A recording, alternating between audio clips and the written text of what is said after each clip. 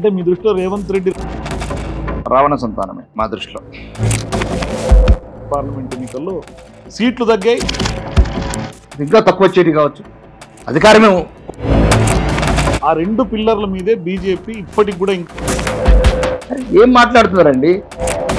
ప్రజలకు చెప్పండి, నిజాలనే చెప్పండి. సో మీరు ఇప్పుడు మేక్ ఇన్ ఇండియా అంటున్నారు, విదేశీ పెట్టుబడుల గురించి మాట్లాడుతున్నారు. ఈ మధ్య ఆడొకడు ఈడొకడు ఏదో పిచ్చి పిచ్చిగా మాట్లాడుతున్నారు.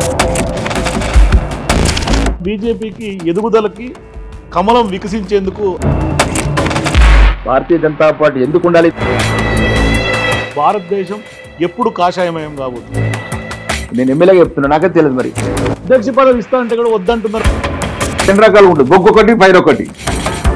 ప్రజాపాలన దేశం అంటారా?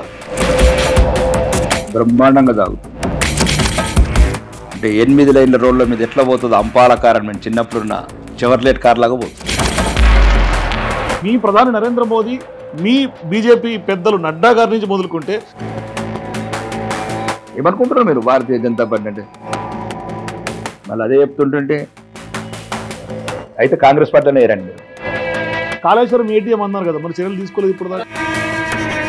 ఒక్క పదం భారతీయ తల 1000 ముక్కలు అవుతుంది చూడు, పాత సినిమాలకు అట్లా ముక్కలు అయిపోతుంది. శాసనసభ్యుడిగా సవాలు విసురుతున్నా, ఒక్క ఇల్లు కట్టిందంటే రేపే రాజీనామా, ఒక్క కొత్త పెన్షన్ కార్డు ఇచ్చిందంటే రేపే రాజీనామా, 2500 మహాలక్ష్మి మహిళలకు ఇచ్చిందంటే రేపే రాజీనామా, రైతు బంధు ఎగ్గొట్టినం అని నిజంగా ఒప్పుకోండి.